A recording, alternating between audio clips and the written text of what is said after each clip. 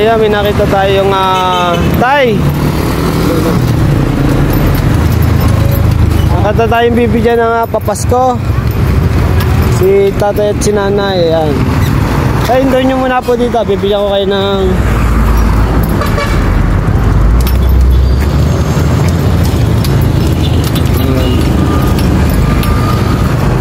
ano pong ginagawa nyo po?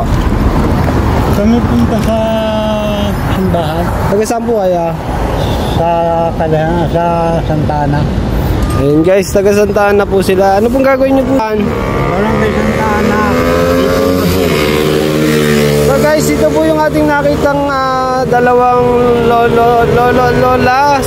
Mag-asawa po kayo? Ilang taon na po si tatay? 68. 68. Ano po pangalan niyo po? Rodolfo Rodolfo Hernandez. Si nanay po? 61. 61. Bakit po kayo may Meron din ginagamit sila.